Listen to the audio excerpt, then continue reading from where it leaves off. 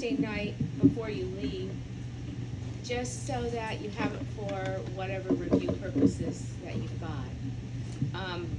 But in lab on Tuesday, you're going to be setting up a mock practicum for me. So I'll be providing each deck a card. Actually, I haven't decided if I'm going to do all the questions or how I'm going to do it, but every person will contribute to that mock practicum. And then I'll give you about 20 minutes to set it up. Then you're going to go around and answer the questions. See how you would do. Now, obviously, when you're setting up your own test, you have a tendency to be very kind to each other. But it's very straightforward, okay? I'm going to give you some options that you can include on your question. But I would, as I talked about on Tuesday evening, I would like to see you, as much as possible, work independently first, and then go back and then do it together. Doesn't really matter. But unless you test yourself, unless you challenge yourself, you don't know what you don't know until you've been challenged, right? So when you've got a buddy next to you, hey, that's great. You can discuss the answer and, oh, yeah, that's right. But then you don't have that opportunity on a lab test, do you? No. So I think it would be better served if you did it independently. Okay? All right. Do you have any questions on anything here? Mm-hmm. So the lab test, is it going to be like the whole structure, or it's going to be like you take off the piece of muscle and you're like, oh, what muscle is this? Oh, no, I am not going to do that. I'm not going to pull off a sartorius and put it on there and say, hey, name that muscle. Okay. Unless, no. It will be intact. If there's a portion of a muscle, because tonight you're going to be looking at the lower leg, and there are some, like the tibialis posterior is going to be deep to the soleus. So I might have to move that aside so that you can see that. But you can see what it would look like. You know, you see the muscle right there. So it will be using the models intact as much as possible, unless I'm going to something deep. Okay? Yeah, so don't worry about that. Okay. And yeah, that's a good question, because you know that would be really scary. If I put out there a muscle all by its lonesome, like the gluteus medius, you could probably figure that out sitting all by itself. But you know, some of the other ones you're going, where in the heck did that come from? So no, it's all intact. Do you have any other questions? No? Okay, so tonight in lab, we're going to finish out the remainder of the muscles. That would be then thigh, lower leg. Hopefully you already have the hip pretty much done. So if I call out a muscle, here's a way that you can test yourself. If I say, for example, serratus anterior, do you know, can you see that muscle in your mind's eye when I say that? And on what model you would find it? If I were to say my internal intercostals, are you able to picture where that is? If I were to say the rhomboid minor, are you able to tell where that is in relation to the trapezius? Okay? So as you call out the names of the muscles, if you're able to picture where it's at, that's about 3/4 of the battle. If you can't see the muscle in your mind's eye, you don't know it yet. So that's a sure way to test yourself to see, you know, how you're learning the material, if it's sufficient, or, you know, if you need to focus a little bit differently. Okay.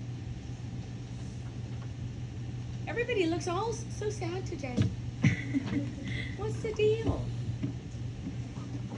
Pressure? All kinds of stuff going on in the world. Yeah. Remember when I talked about demonstrations? Oh. I said nonviolent. And freedom of speech is important, but not hate speech. You can't just go out there and blurt whatever you want to say, whatever the heck you want to say.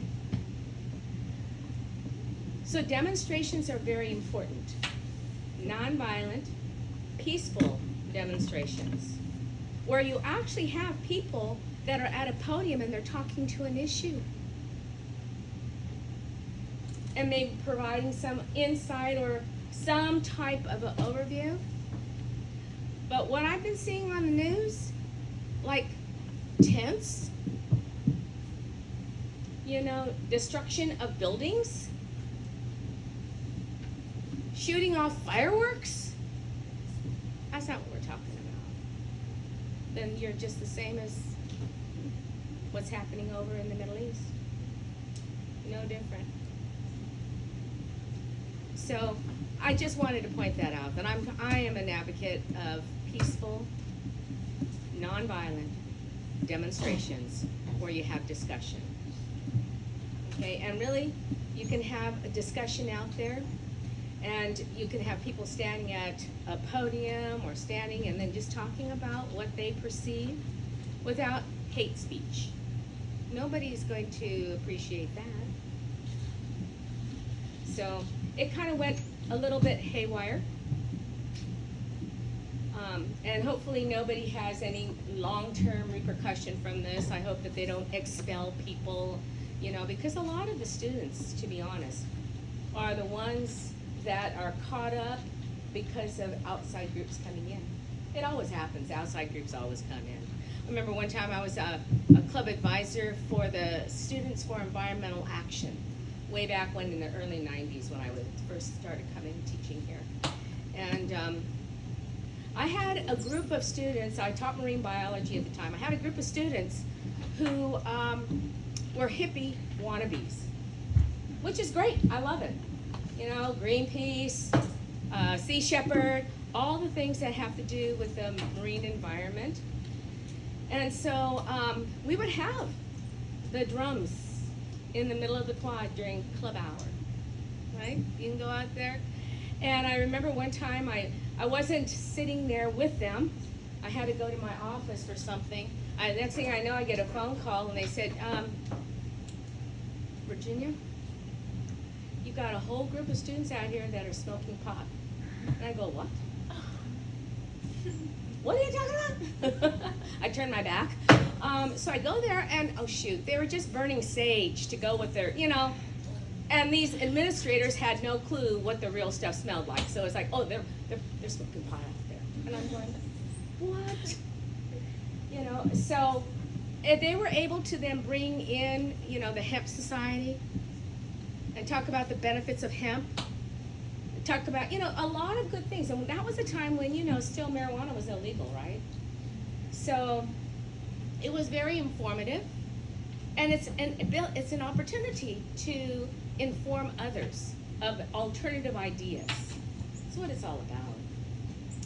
So I just wanted to make mention of that because I don't want you to think that, oh man, she's really out there. She's a really far left person. I mean, you got to understand, my first concert I ever went to was Alice Cooper and Black Sabbath. Over at that Swing Auditorium over in Orange Hill. So I went through a lot of different phases in my life. Okay, so let's go ahead. This next part on muscle, we've been spending most of our time on the cellular mechanisms of muscle contraction. How does that happen? So when I say sliding filament, do you have an image of what's going on with sliding filament?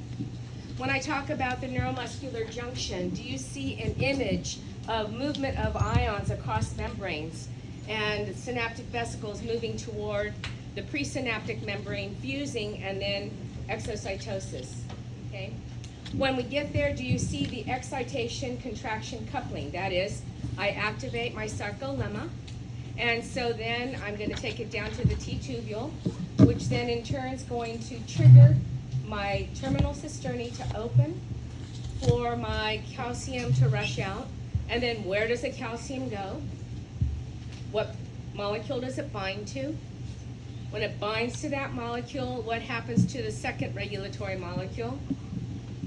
And then what happens with the myosin and the actin? Which one's moving? Which one's stationary? So we know pretty much what's going on at the cellular and the molecular level. However, when we're talking about muscle contraction, we're not really looking at that. We're looking at the whole muscle.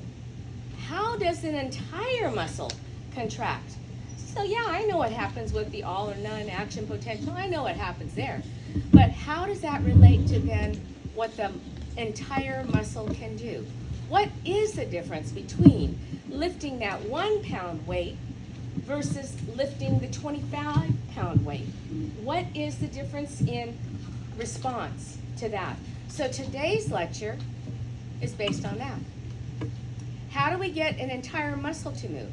And we already learned that ATP is necessary. Why is ATP necessary, at least at the molecular mechanism of contraction?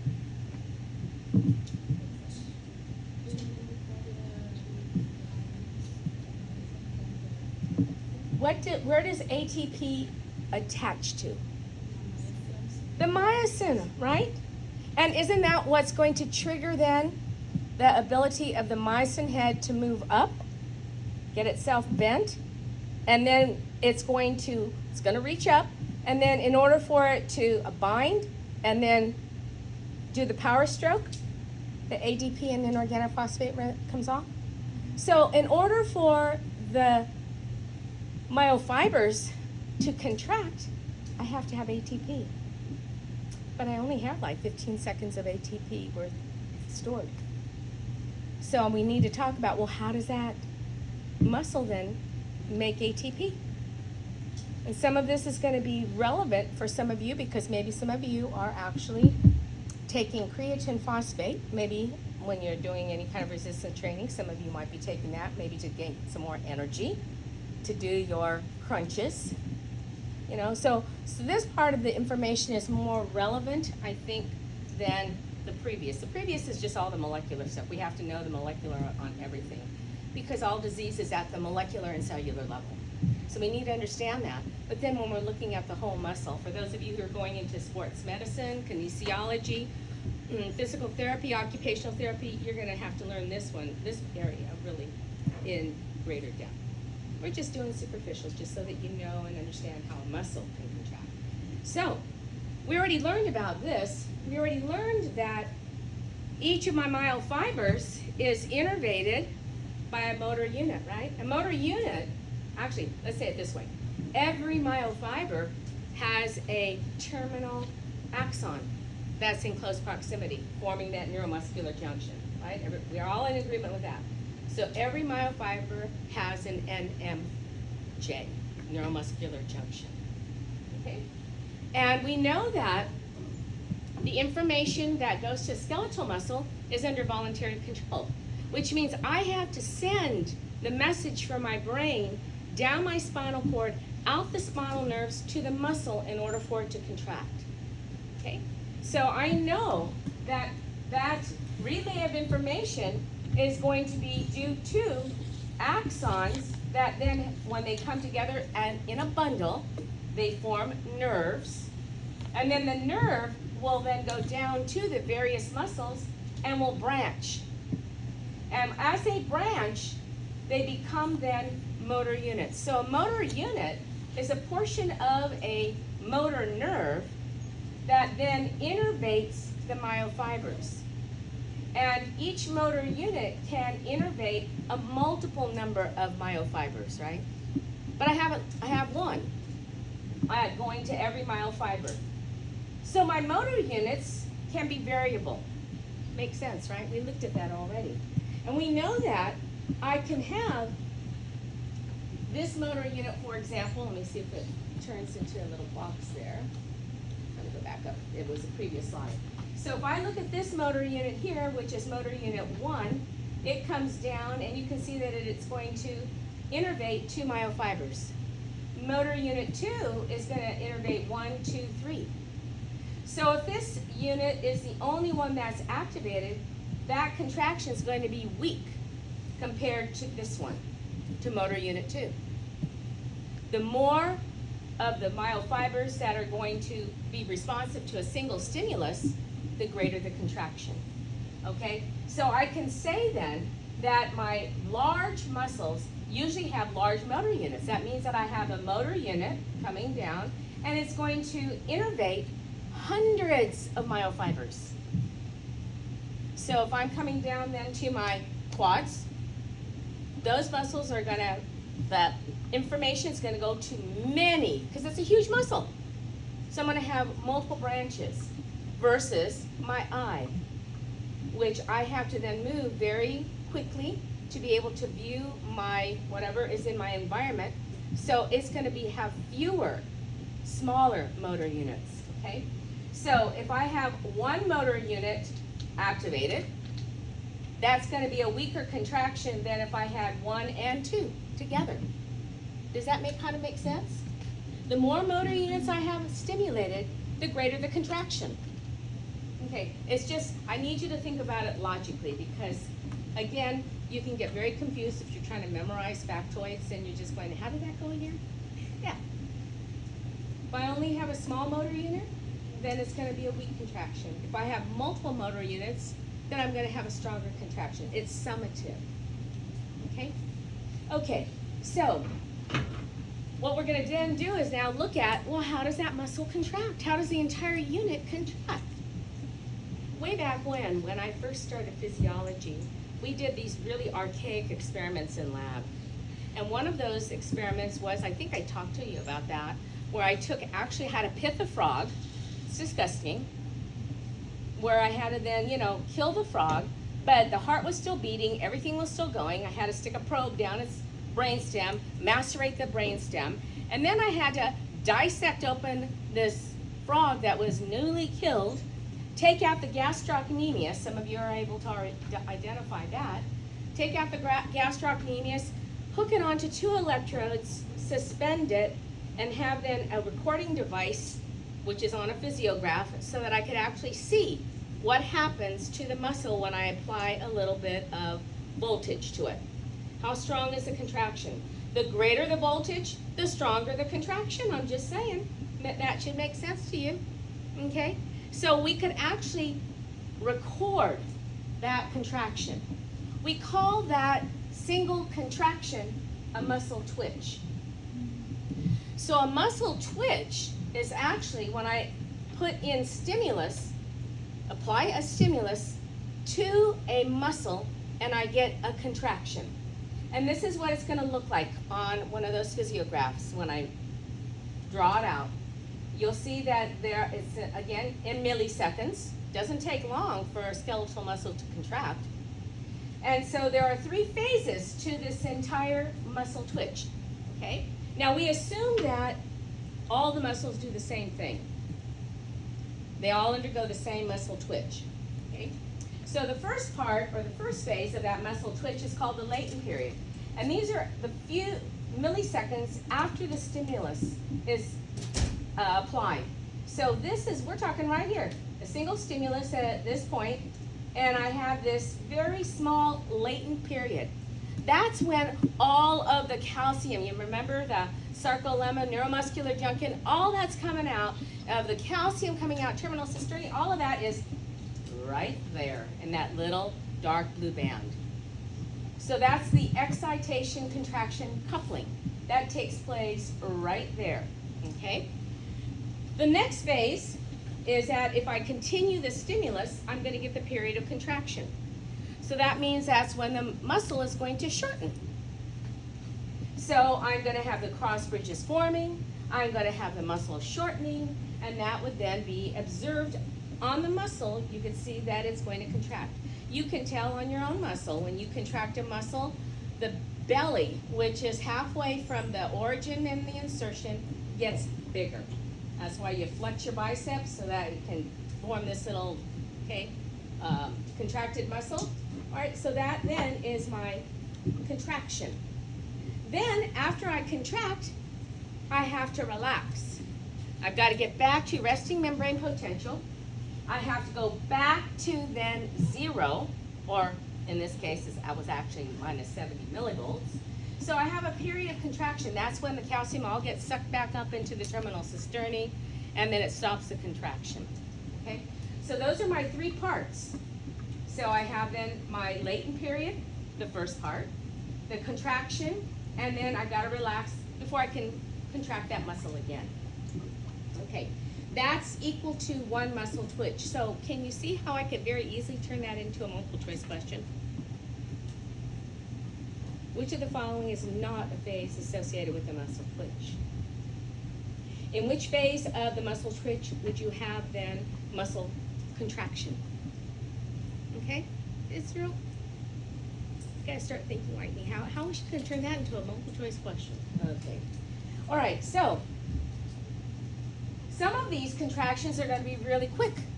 Others gonna take a little bit longer. Okay?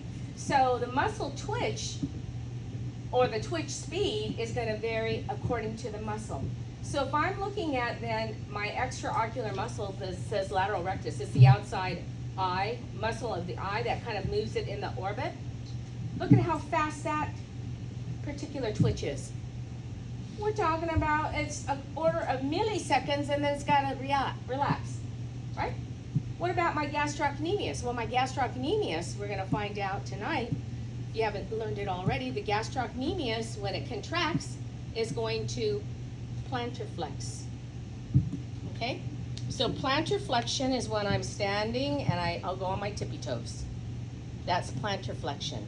When I bring my toes up and toward the ceiling, that's dorsiflexion. So when I contract my gastrocnemius, it's going to go ahead and allow me to plantar flex. And then the soleus, what is that muscle in relation to the gastrocnemius? Is it a synergist or is it an antagonist? For those of you who've studied the lower leg already. It's on the same side, right? Right behind it, so it's a synergist, right? So the synergist on this one here, the soleus, is going to last a lot longer in terms of contraction without getting fatigued than the gastrocnemius, but they work together. Okay? So each muscle is going to have a different twitch speed depending upon what its function would be in the body. Eyes got to move fast. Plantar flexion, standing on my toes, I don't need to do that really as fast. I can do it. And then what happens or what prevents it from fatiguing? Well, if I have two muscles working together, it reduces the ability for the group to fatigue. Somebody's going to last longer than the other. So it allows then for an extended contraction. So this then shows the composition of a muscle twitch. What is it? Okay? And what are the components of it? Now let's say that I'm now looking at the difference between lifting the 1 pound box versus a 25 pound weight. We call that a graded response. Now I think that you probably are thinking, and hopefully you are, that, hey, you know what? If I'm going to have to lift 25 pounds, that means I'm going to have to activate more myofibers than if I'm lifting 1 pound. So I'm going to have a different relay path, at least the number of activated myofibers, and I'm going to have a different degree of contraction. So that's what we call a graded response. When things are graded, it's transitional. So these are graded responses are graded by changing the frequency of stimulation. So that means that the frequency of stimulation refers to how many messages are coming to the brain. Okay, I'm looking at a box of sugar and I'm going, okay, I gotta lift that box, and so I'm getting some information from the brain, get the muscles ready, get the biceps ready, okay, lift it, okay? Versus, I'm looking at a 25 pound weight, I'm gonna have to work a little bit harder on that one. It's gonna be heavier than that 1 pound box of sugar. So I'm now taking the message and I'm going faster. The faster I get, the frequency going to the muscles, the greater the contraction. It's like being really slow. Hey, we'll take our time. Versus get them all ready. I got 100,000 and I got to get activated. Send out all of the stimuli. So the frequency of stimulation is important for grading. The more frequent, the faster, the greater the contraction. Okay, so that's one. Then, how many motor units are going to be responding? The more motor units, the greater the contraction. We already learned that. So those are my two variables that are going to influence how strong my contraction is going to be. How fast is it coming? I got to look at the 25-pound weight. I better get things ready. I got to lift that thing up. So it's a frequency. My brain's sending messages. Secondly, how many motor units am I going to have to activate in order to do that? So those are my two, the two ways in which I'm going to have a change and grading a contraction. So a weak contraction, if I just activate motor unit number 1, that's going to be weak when compared to if I had 1 and 2. If I put 1 and 2 together, it's going to be a stronger contraction. See how logical that is? When you're looking at this, you're just getting kind of dumbfounded. You're going, I don't get, just stop and think about it this simple way that I have to do. I've got to simplify as much as possible. So, okay, that makes sense to me. Okay? The greater the number of motor units activated, the greater the contraction. Okay. So now let's look at how do I have this shift in if I vary my stimulation, okay, the frequency. So here I have a little bit more of a kind of looking at that frequency, okay? I'm going to lift that 25-pound weight, but I have to first of all send the message down. So I'm going to first of all begin with a simple twitch. It always starts with a simple twitch. That's the basic. Then what I'm going to do is I'm going to activate more and more myofibers. So I'm going to start getting a summation. This indicates I've got more fibers responding. Now, the more fibers that are responding are not synchronizing yet. So they're activated, but they're not working together yet. We call that incomplete tetanus. So sometimes when you're lifting a really heavy weight, I've seen it, guys. I have never seen it on a girl because they usually don't lift the really heavy ones, at least what I've seen at the gym.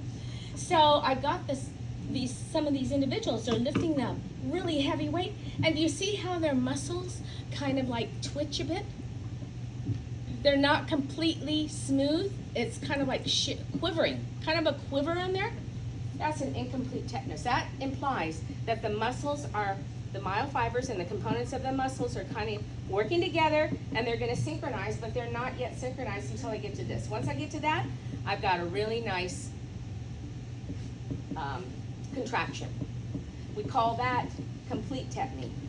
So this is then telling how many stimuli is coming in, how many myofibers are responding, what portion of the muscle is responding, and then they're all going to synchronize to then get a fused contraction. So then I can lift that 25-pound weight. So first time I do it, maybe I might have to work with maybe 20, and then in 2 weeks go to 22. In a couple of weeks, maybe go to 25. You know how you're increasing the amount of weight so that you get your muscle memory in place.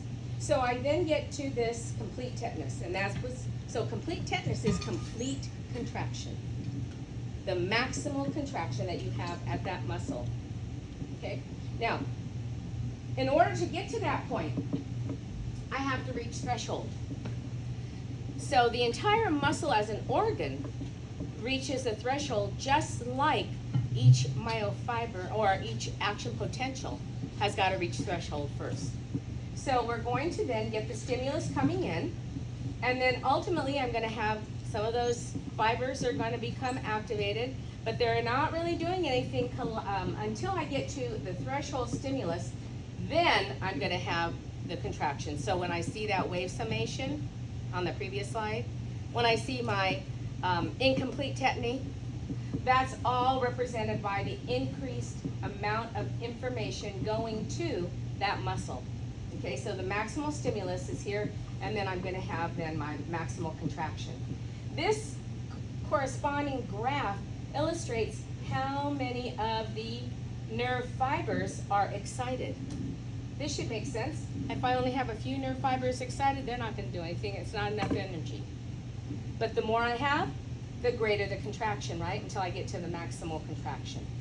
That should make, again, sense. Okay. The more of that nerve that's activated, the greater the strength of contraction. Okay.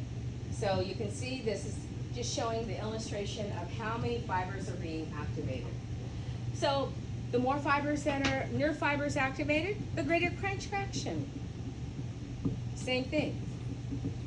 Very similar to the more motor units activated, the greater the contraction. Okay? So if we continue to go on this then,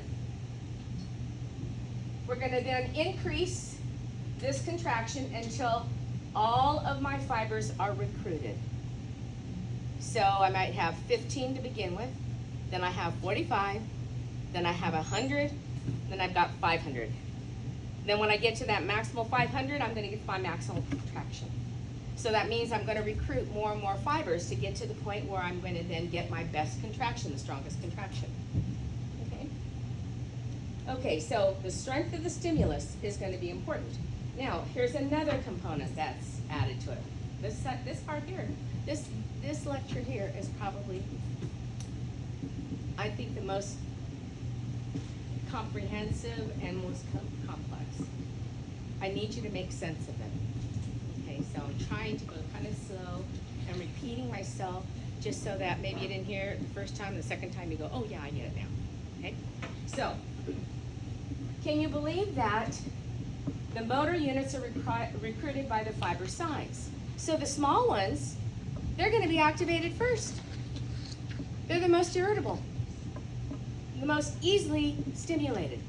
So my motor unit 1 is going to have the smallest fibers. Those get activated and I increase the stimulus. My next size, my medium fibers, are the next group.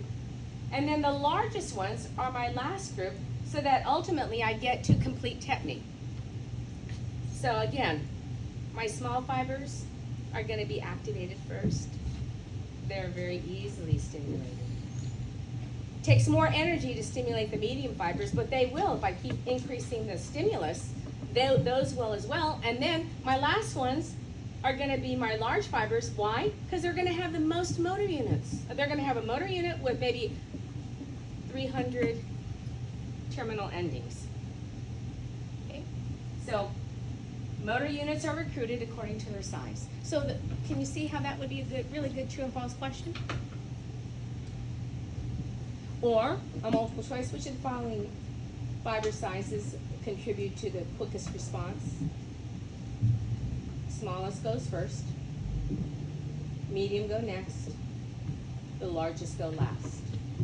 The largest are going to give me the greatest contraction because it's summation, it's everything.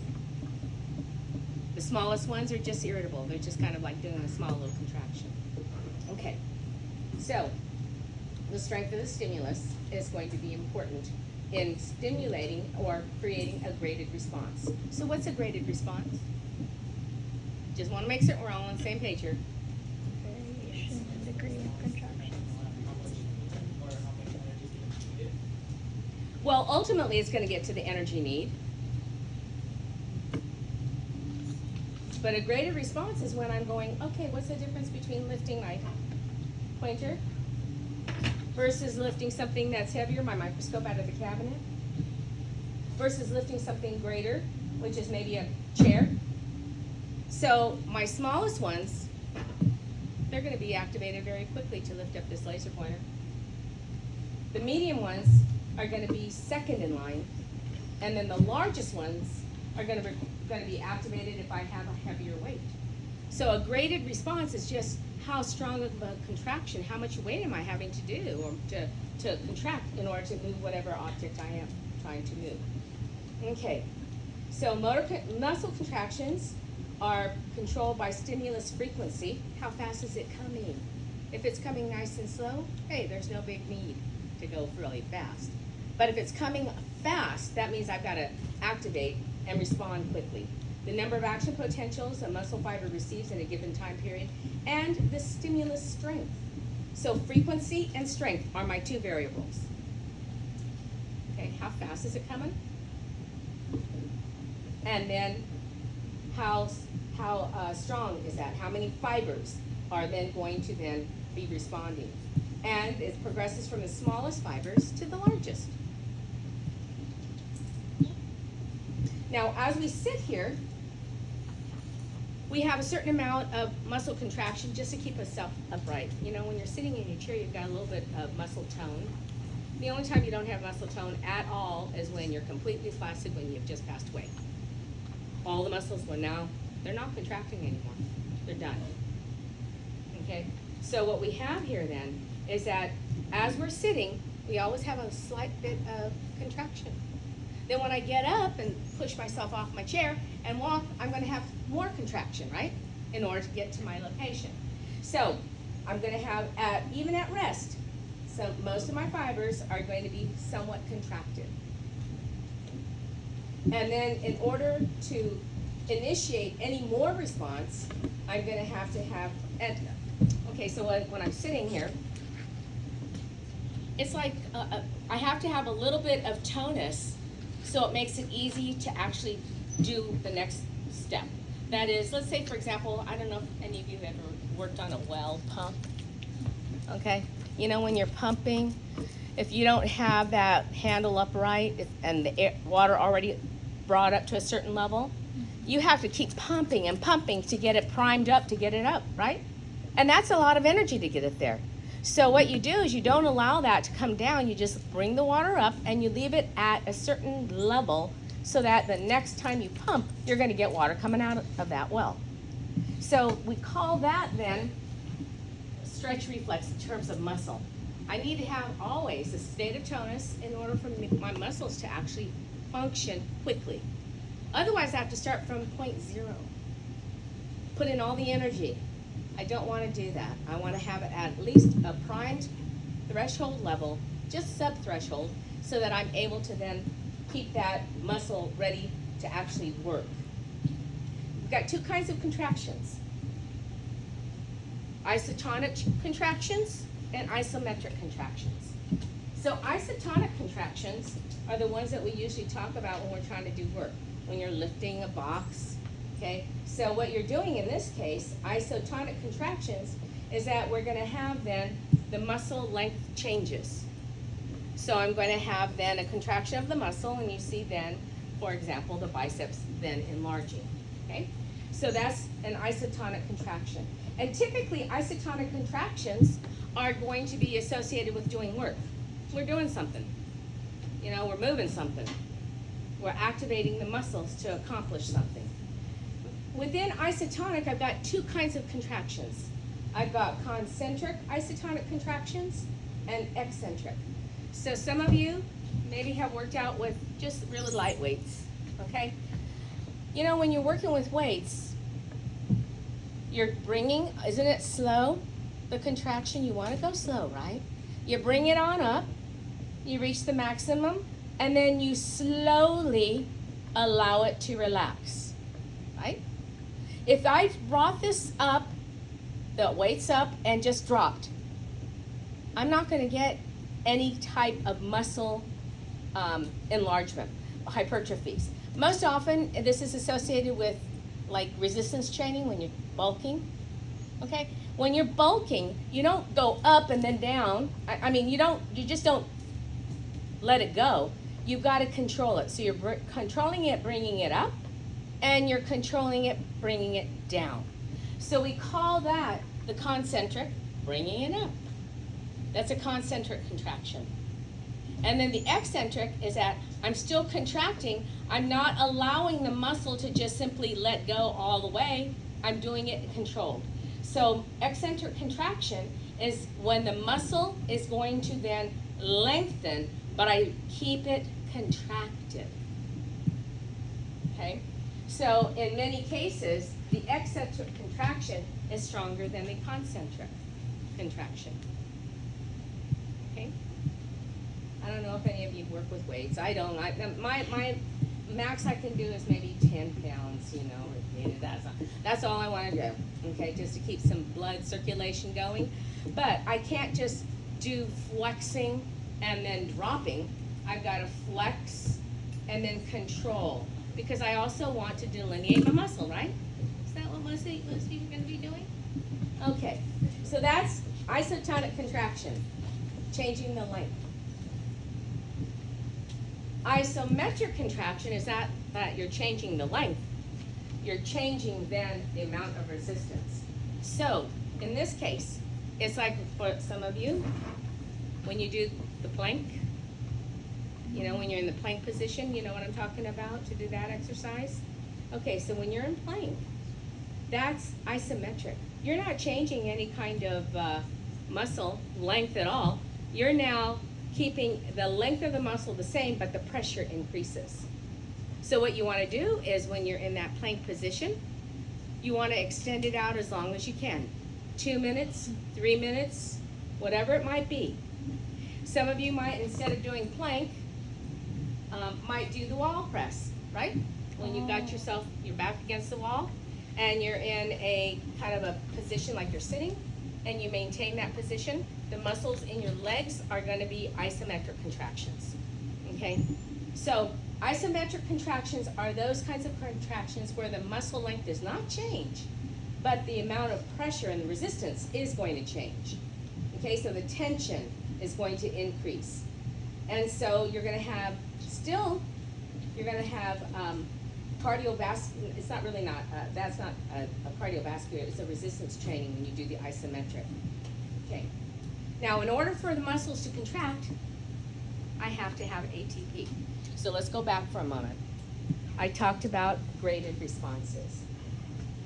What factors are important for increasing the strength of contraction? Okay, so just in your mind. Then I talked about the fact that we've got several kinds of contractions: isometric contractions, isotonic contractions. That then is going to result in actually contraction of the muscle, but not shortening the muscle. In order for any of this to occur, though, I have to have ATP energy. So the next portion of this lecture focuses on how does a cell, how does the myofiber, and then multiple myofibers in a muscle create ATP energy for muscle contraction. So we have 4 to 6 seconds worth of ATP stored in muscle. Not very much. Yet we're going to be running maybe cardiovascular workout, maybe 45 minutes. Maybe we're running a marathon, it might take us 4 hours, 6 hours, whatever it might take us. I still have to have ATP energy. So while I'm doing my activity, I have to be making ATP energy. That makes sense. I only store a little tiny bit. So if I only store a little bit of ATP, that means that my body, each of my myofibers must resort to various metabolic pathways to produce ATP energy. That means that I have to have the substrate to start that particular metabolic pathway. So first, I use up my stored ATP. I'm gonna have whatever's available, I'm gonna use up first. Then the next seconds are gonna be supplied by creatine phosphate. So creatine phosphate is a molecule that you're continuously producing. Okay. When you take creatine phosphate before a workout, I don't know why people do it this way. They'll drink it, and then they think it's automatically available. You gotta drink it, it's gotta go to the digestive tract, and it's gotta go into the bloodstream, and you know what I'm saying? So even though you drink it doesn't mean it's just instantly available, but creatine phosphate, notice what it does. ADP will pick up the phosphate from creatine phosphate and produce ATP. It's just a shuttle. I got the creatine phosphate, pass it on to ADP, it picks up, so long as the enzyme's there, and becomes ATP, and then what's left over? The creatine. Then the creatine picks up another phosphate, becomes this, passes along the phosphate to the ADP, ADP then converts to ATP, I got more energy then, and then I got creatine, and it can pick up another phosphate. So can you see how this would be really easy to do? Okay, so this one here, this is called direct phosphorylation. And when I have 1 creatine phosphate, I make 1 ATP. It's a 1-to-1. But I only have so much creatine phosphate around. And even if I drink a whole jug of it before I work out, it's not available to use at that very moment. It will make its way in, yes, but at that moment it's not. So this is a very quick way of making ATP. It's a 1-to-1, it's a shuttle. Take the phosphate off, throw it onto ADP, and you got ATP, okay? So the energy source for this is creatine phosphate. What's the name of the pathway? Direct phosphorylation. What's my substrate? Creatine phosphate. Do I need any kind of oxygen? No, doesn't really matter. Oxygen is irrelevant here. So long as I've got creatine phosphate, it's going to pass it off and I'm going to make ATP. The only drawback is it's a 1-to-1. Not very efficient, but if it's there, man, I'm going to use it. Okay? I'm going to use any which way to make the ATP. And then how long does that last? How long does it take from here to here? 15 seconds. So if I don't have a lot of creatine phosphate, it's nice to think that you're going to be able to make ATP that way, but no, unless you have sufficient quantities. Where does this happen in the muscles itself? This is going to be inside the sarcoplasm. Okay. So we're talking about where does contraction occur? It's a good question because you start to get lost with where is this happening all over the place. And that's where we're going to have in the sarcoplasm, I'm going to have available ATP in order for my myosin to attach on. Okay, so, but what if I need more? That means I only can, 15 seconds of a run. Well, maybe that's pretty fast and maybe you use it all up. It could be for a sprint maybe, but then it's gone. What if I'm working out for 45 minutes? I need more ATP. So where do I get more ATP? So my body then shifts into another metabolic pathway. We've got so many metabolic pathways. But during muscle and energy production, I'm going to go into what is called aerobic respiration. Does that kind of ring a bell? Like glycolysis, like Krebs cycle, electron transport. It's like deja vu, bad memories. Okay, so we're going to come back. We're not going to go into all the detail, but we're going to talk about why it's important to a myofiber. In order for aerobic respiration to occur, what organelle do I have to have? Mitochondria. So where does this happen in the cell? At the mitochondria, within a myofiber. Okay, so anywhere I have mitochondria, I'm going to undergo this aerobic respiration. But aerobic respiration means, I've got to have oxygen. So it's oxygen dependent. So in order for then aerobic respiration to occur, remember kind of just briefly, I have to have glucose, goes through the glycolytic pathway, I form pyruvic acid, the pyruvic acid loses a carbon, goes into the mitochondria, and voila, I get ATP, CO2 and H2O, right? So this is C6H12O6, and then I'm going to break it down into this, plus ATP. Right? So for this, to go from here to here, do you recall? You had to learn it was either somewhere, some people will say 34 ATP for every molecule of glucose, others will say 36, others will say 38. Depends upon how you're taught. It doesn't really matter to me. All I want you to know is in, around 36. So 36 ATP for every glucose. Now, so where's glucose stored? Where's glucose stored? And it's got to be in the cell. Which cell are we talking about? The myofiber. Okay. So where's the glucose stored? Okay, it's stored in the glycosome. In the form of what? Glycogen. I break down the glycogen and it releases one glucose every time. And so I can take that glucose here, shuttle it in, and I can make 36 ATP from one molecule of glucose. Compared to the creatine phosphate, isn't that more efficient? Yeah, but I have to have oxygen. It's required. So that means that when I'm doing cardiovascular workout, I better be breathing. I need to bring in that oxygen to keep that fuel going. When I'm doing a bench press or if I'm doing any kind of weight lifting with my arms, Hey, you know what? Most often, when I'm doing something like that, I'm not concentrating on bringing oxygen in. I'm just trying to get my weights up, okay? So that's going to be a different pathway. So if I'm doing cardiovascular, I'm going to be using aerobic respiration because I got to be breathing. Got to have oxygen available. It's required. And then here are my energy sources. Energy sources mean what substrates are necessary. Glucose, glycolytic pathway, pyruvic acid. This is where my fatty acids, if you're pretending like, or not pretending, let's say you're on a keto diet. You don't have any kind of carbohydrates coming in, do you? So what you're trying to do is to form ketones and fatty acids, right?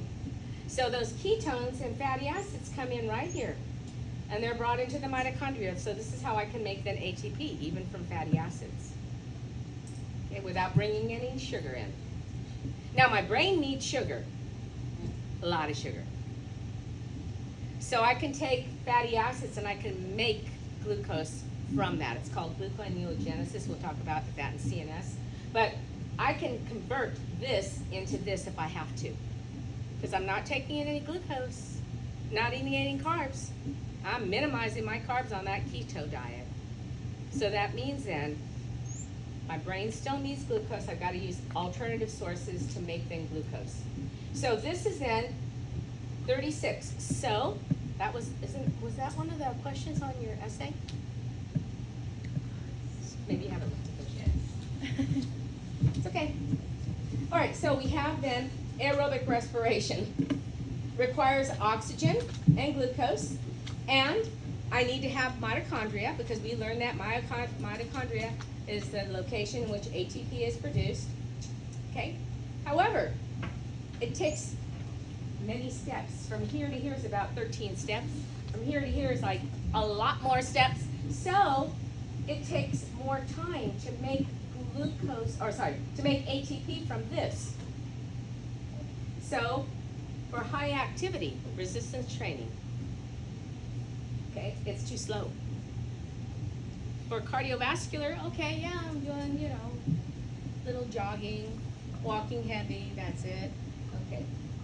Don't need to have ATP made very, very quickly. So I then have this pathway in which ATP is made. Now, we have a third pathway. So there are three pathways. Direct phosphorylation from creatine phosphate, aerobic respiration, where I make the ATP, 36 ATP, and then my last one is anaerobic respiration, aka glycolysis. So anaerobic, without oxygen. So if I'm doing resistance training, I'm usually holding my breath. I'm not breathing heavy. It's not like cardiovascular. So I'm going to have then my body relying more on anaerobic respiration, and this is the pathway that's used. So I get to pyruvic acid, and if there's no oxygen, then my acetyl-CoA doesn't go into the mitochondria. It then forms instead lactic acid. So the lactic acid is what makes your muscles sore. That accumulation of lactic acid. So without oxygen, I'm going to form lactic acid. That lactic acid can move away from your muscles if you take the time to go into the sauna, into a hot tub, and you increase your blood circulation. It takes the lactic acid away from the muscle and carries it the rest of the body. And so then your kidneys and your heart they can use the lactic acid to make energy. So the lactic acid can be diverted away from the muscle so you don't have a lot of aching muscles afterward if you were to be in a hot tub or a hot shower or a sauna to step up the circulation. So what's my substrate? Glucose. How does this differ from the previous? No oxygen. It's called anaerobic respiration. And when I'm doing any kind of weightlifting, I'm squeezing down on my blood vessels, so I'm restricting oxygen flow. So that's why it becomes more resistance training. So then pyruvic acid is converted to lactic acid. So the question would be, in which of the following pathways is lactic acid a byproduct? Anaerobic respiration. Which of the following pathways has the highest yield of ATP? Aerobic respiration, right? You get 36 ATP. Which of the following pathways requires glucose and or glycogen? So anaerobic and aerobic respiration. Your direct phosphorylation is creatine phosphate. That would be my substrate there. Okay, so which of the following pathways requires oxygen, high concentrations of oxygen? Okay, which of the following pathways is typically used in cardiovascular exercise? Aerobic respiration. If I'm doing resistance training, i.e. weightlifting, which pathway is predominantly used? Anaerobic respiration. So in here, notice this pathway, anaerobic respiration, only gives you 2 ATP. So I've got 1 ATP, 2 ATP, 36 ATP. If you see 36 ATP as an answer, what kind of pathway are we looking at? Aerobic respiration. If I see 1 ATP, which pathway am I looking at? Direct phosphorylation with creatine phosphate. If I see 2 ATP, which pathway am I looking at? Anaerobic respiration. Okay, so you see how that's the way the question is going to be asked. How much more am I going to ask you than that? You already had enough in the cell molecular section in your bio on this one here. So we've got then my 3 types of pathways. Okay, so which one does not require oxygen? Anaerobic and creatine phosphate. It doesn't require oxygen either. Which one requires oxygen? Aerobic. So those questions that I just asked you, that's a full gamut of the questions that I can even ask you about that. Okay? And so why do we need ATP?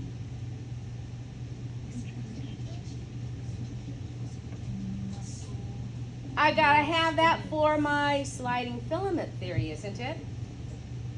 I gotta have ATP in order to get my myosin to then attach onto the actin. So it's part of the sliding filament.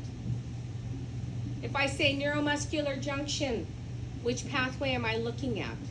If I just say neuromuscular junction, here's your choices. You have sliding filament. You have excitation, contraction, coupling. You have cardiovascular exercise. And you've got anaerobic respiration.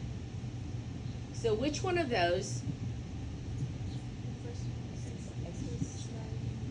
Sliding filament, right? So I'm hoping that over this weekend, when you kind of start looking at how all these pathways go. Yep. So for the neuromuscular junction, how come it wouldn't be EC coupling? It is EC coupling. But you said it was sliding. Oh, did I say sliding filament? Sorry about that. Oh, I'm glad you're keeping me on my toes. Okay. So if I'm doing resistance training, which pathway is my body using primarily? Anaerobic. If I'm doing a sprint and I'm running for 15 seconds and I'm using my maximum ability of my quads to move, my hamstrings and my quads, which pathway am I using? It's anaerobic. Anaerobic. If I'm going 45 minutes and I'm doing a fast walk, which pathway am I using? The aerobic respiration. Okay? All right, so you can see here then, anaerobic activities such as sprints, weightlifting, really quick, that's going to be anaerobic respiration. If it's long term, I've got to train for a marathon, that's aerobic. Okay, so that's aerobic respiration. Okay, so those are my 3 pathways that are used to make ATP energy. Which one would be used in weightlifting predominantly?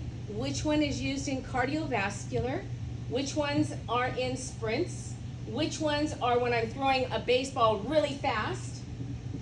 Okay? Anything that's really fast, it's got to be anaerobic with a backup of creatine phosphate. If it's long term, I'm playing volleyball for an hour.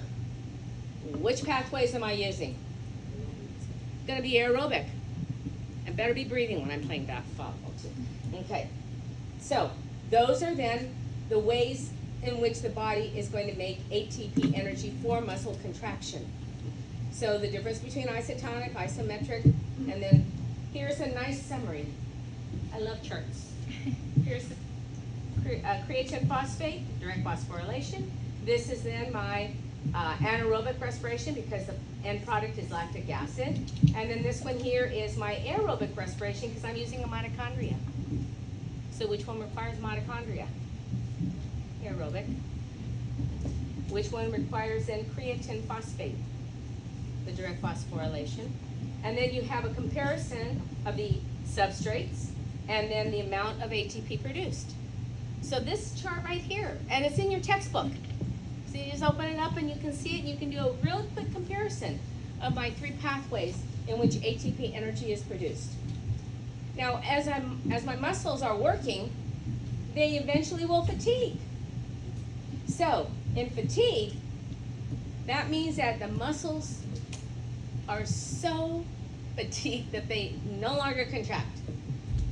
Okay, so that's what we mean. There's no contraction. In spite of the fact I keep saying, hey, muscle contract, it won't. Okay, so what leads to fatigue? This should make sense. Well, shoot, I have no more ATP. Gone. I didn't fill up my glycogen stores before I ran that marathon, so only about 80% of them were filled. So I hit the wall at 20 miles. I can no longer run. Muscles will not contract. Okay, there's fatigue. Another one is when my fuel runs out. Hey, there's no more glucose. No more glycogen. Nothing's available to make any more ATP. I don't even have any more creatine phosphate. Another one is that my ions are off. My calcium is depleted. I sweat it all out. My potassium's gone. Okay, my sodium's gone, and we know what that's all for, action potential. So I sweat everything, and I keep stopping by, and I'm drinking water, but I'm not drinking any Gatorade. That's craziness. You want to drink Gatorade. You want to drink an electrolyte solution. So I create an ionic imbalance. Some runners will take with them like a banana. There's potassium in there, right? They do carbo loading the night before. You want to pack those glycogen stores up as much as possible. So you're trying to max out your ability to get to that end without fatigue.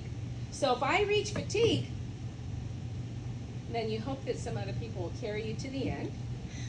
Okay, that would be really nice if they would do that. Okay, you might even run out of oxygen. You're running, but you know what? You're not breathing very well. Okay, and in order to get back to be able to do anything, those all have to be restored. Okay, can you do it within the next 5 minutes? Probably not. It will take time. Well, and so that's the reason for training. The more you train, the more mitochondria you make. The more mitochondria you make, the bigger the muscles can get, the more ATP energy that can be produced, the better the probability of finishing out the 26 miles. So what you're doing is during training, increasing muscle mass, increasing mitochondria. You're then creating more glycogen stores because those can increase as well. So you can't do it and go, I had a student in the winter who decided that this person had never, even though he was in the Air Force, he said, I'm going to go ahead and run a marathon. I go, when are you going to do that? Oh, this upcoming weekend. Have you been training? Well, no. But, you know, I have to run. I run a lot in the Air Force. And I go, okay, and we were talking about muscles at the time. So I said, okay, tell me if you make it. I'll see you then on Tuesday, or actually Monday, because in the winter we do it every day. So comes back in on Monday. He is so dog tired. He made it though. He made it to the end, but he said that he had to walk the last couple of miles because there was no more energy to run. So it took him a lot longer than what he anticipated, but at least he knew that, at least he finished it. So you can, and that's the reason for the training. So in here, in order to overcome fatigue and oxygen debt, you've got to supplement. Okay, you've got to restore everything back to normal to be able to overcome that. Okay. All right, so then when you're running or working out with your muscles, don't you sweat a lot? Yeah, because the muscles are going to be the major source of heat for your body. So 40% of your muscle activity is used for the activity or the contraction of muscles, and the other 60% contributes to your body temperature, and it's dissipated out by way of heat. You lose it in heat. So that means that your superficial blood vessels dilate. You want to get rid of heat. Heat is not good for you. Your sweat glands get activated, and so you sweat, and you then evaporate all of that fluid that's coming out of the sweat so that it cools down the body temperature. Okay, so you've got a lot of heat that is going to be generated when you do a lot of activity. Okay, so I'll go ahead and I'm going to finish just a couple more slides here. The force of contraction is due to the number of muscle fibers recruited. The more fibers, the greater the contraction. Okay? The size of the fibers. The small ones don't do very much. You got to get those big ones activated. So the bigger the fibers that are activated, the greater the contraction. Okay? That makes sense, doesn't it? Yeah. Okay. The greater the frequency of stimulation, the stronger the contraction. If it's slow, I'm not going to activate very many, and I'm not going to have a very strong contraction. 1 pound box of sugar versus a 25-pound weight, okay? And then how much that muscle stretches. So if I extend the muscle beyond its normal length, I'm going to get a stronger contraction. Okay, so I'm going to stop here because, well, I'm going to finish this because you're tired anyway, so we'll just. Okay, so what affects then how fast you get a contraction?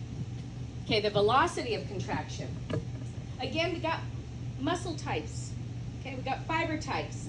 We've got those that are slow and those that are fast. Okay, so 2 types of fibers based upon how quick their ATPases work. So my fast fibers have fast ATPases. So what does an ATPase do? Makes ATP. It splits an ATP into ADP and phosphate. That's an ATPase. So some of these enzymes work so fast and others are slower. They still get the job done, but they're slower. So I've got fast ATPases and I've got slow ATPases. So all my enzymes in the body don't operate at the same speed. Okay, they're variable. So I've got slow fibers that have slow ATPases, and I've got fast fibers that have fast ATPases. Okay, so if I want to contract really quickly, wouldn't I want to have my fast fibers? Yeah. Okay. I need my fast fibers if I want a fast contraction. If it doesn't matter and I can go slower, I'm going to use my slow fibers. So I got then slow fibers, fast fibers, and I can then categorize those fibers based upon whether they are aerobic respiration or anaerobic. Okay? So we call those oxidative fibers when they use aerobic pathways. So just look at the word oxidative. Doesn't it look kind of like oxygen? Okay? So oxidative pathways have oxygen, so they're aerobic pathways. So my oxidative fibers use aerobic pathways. My glycolytic fibers use anaerobic. Glycolytic, glycolysis, that would be anaerobic. Okay, so those are my two kinds of fibers, either oxidative or glycolytic. Oxidative require oxygen. Oh, aerobic respiration. Glycolytic, glycolysis, that's anaerobic respiration. Those are my glycolytic fibers. So I have then 3 categories of fibers based upon how fast they are ATPases. Are they fast or slow? And then combine those with, are they oxidative or glycolytic? So I take then 3 categories of fibers by combining that. I've got slow oxidative fibers. I think that's an essay question, I think, that I gave you anyway. So slow oxidative fibers, just break it, slow ATPases, but they require oxygen. Fast oxidative, they split the ATP really quickly, and they also need oxygen. And then glycolytic fibers are all going to be anaerobic. Okay, so those are my 3 categories of fibers. So you look at this, and this is what I was talking about when I saw the 50B class on last Tuesday, and they were saying, I asked them, hey, where are you guys at now in your class? And so they were telling me. And I said, do you remember that chart in the muscle section? Oh my gosh, I remember that chart. I had nightmares of that chart. This is the chart they're talking about. Now, when you look at that, you go, oh my gosh. Is she gonna make us sign this chart? Yes. Okay, but I'm gonna show you how to simplify it, and I want you to make sense of it. Okay, so the first thing we need to do then is, let's just look at the 3 types of fibers. Slow, oxidative. So, what does it mean when it says slow? Slow, yeah, it's slow. In terms of what? ATPases, right? Slow means they do not split ATP very quickly. Oxidative, what does that tell you? Requires oxygen, so it's aerobic. So I've got slow oxidative, and then fast oxidative. Is oxygen required for them? Oh yeah, it's in their name. And then they split ATP really fast. That's why they're fast oxidative. And then I don't have slow glycolytic, I only have fast glycolytic. So glycolytic, what does that tell you? No oxygen. No oxygen required. Oxygen can be around, but it's not required. And then it's fast. That means it splits ATP really fast, right? So then you look at this chart and you go, okay, now what is speed of contraction? Well, yeah, slow. Fast, fast. If it can split the, the ATP, I'm going to get sliding filament faster. Okay, so if it says fast, it's going to be a fast contraction. If it's slow, it's going to be slow contraction. All right, so that's easy to know that. Next one, ATPase. Well, isn't that what slow versus fast means? So yeah, okay. It's slow ATPase, fast, fast. Okay, that's a no-brainer. It's in the name. Slow versus fast. Is it aerobic or anaerobic? Oh, okay. Oxidative, oxidative. Oh, oxygen. Glycolytic. Oh, that's anaerobic. Was that hard? No. Okay. Now, myoglobin means that it has to give up oxygen. That means you gotta have a lot of oxygen around. So do you need oxygen for oxidative fibers? So yes, you're gonna have myoglobin in there, lots of it. If you're gonna have fast here, you gotta have lots of myoglobin, because that's what gives up the oxygen. But in glycolytic, no, I don't have very much. No. So that's gonna be low in terms of myoglobin. It's anaerobic. Why would I even have to worry about myoglobin? So that's like the whitefish, the halibut. Do they swim around a lot of places? Oh, heck no. Halibut kind of hanging on the bottom. They kind of flutter on the bottom ocean floor. Cod, white fish. Okay? Tilapia, white. Salmon. Salmon's pink, isn't it? Pink to red. It's got a lot of myoglobin because myoglobin is a red pigment. That's what makes things red. That's why the dark meat in the chicken, lots of myoglobin, lots of blood vessels. And the light meat, the white meat, hey, there's very little. So it doesn't taste, it takes on the flavor. It doesn't, like the chicken breast, take on the flavor of whatever you put it in. But if you use a chicken thigh, don't you taste the thigh? Don't you taste the iron? Kind of like, isn't it kind of got a different flavor? That's why some people don't like dark meat, because it's got a flavor already to it. Okay, so if it's myoglobin there, that's what contributes to the color. The more myoglobin, the redder. The less myoglobin, the less blood vessels, okay? Now, glycogen.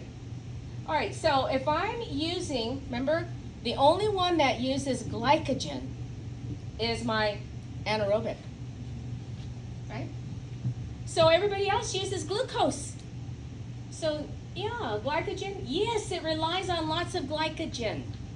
Over here, no. That wasn't hard, was it? No, that's not hard. Okay, so in terms of recruitment, all of our muscles have all three. But some muscles have more of one type than the other.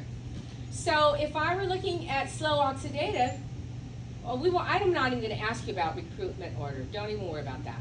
Okay, this then is going to be the rate of fatigue. Just think about doing cardiovascular workout for an hour. Are your muscles going to fatigue? If you're breathing, they're not going to fatigue.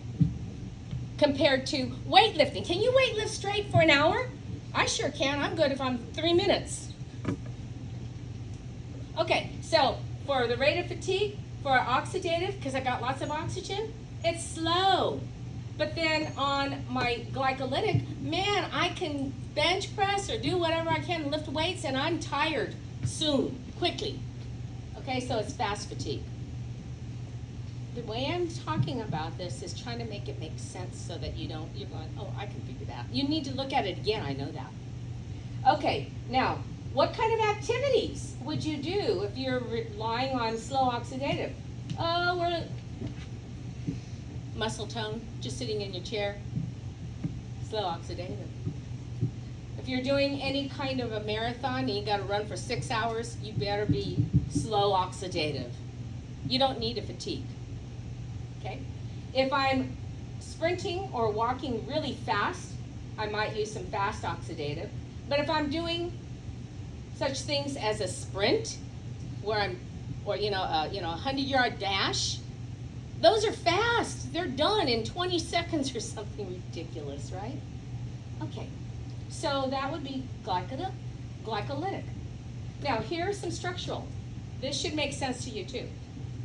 What about the color? Well, if I've got lots of myoglobin, it's going to be red. If I don't have very much myoglobin, it's going to be white or pale. Okay. If I have then lots of mitochondria, that means I got to use that oxygen to make ATP. Over here, I'm going to have few. I don't need a lot of mitochondria when I'm doing weightlifting. And then, because I've got lots of myoglobin, I'm going to have lots of blood vessels. In these two, but not here. So I'm hoping that that makes a little sense after you look at it again, okay?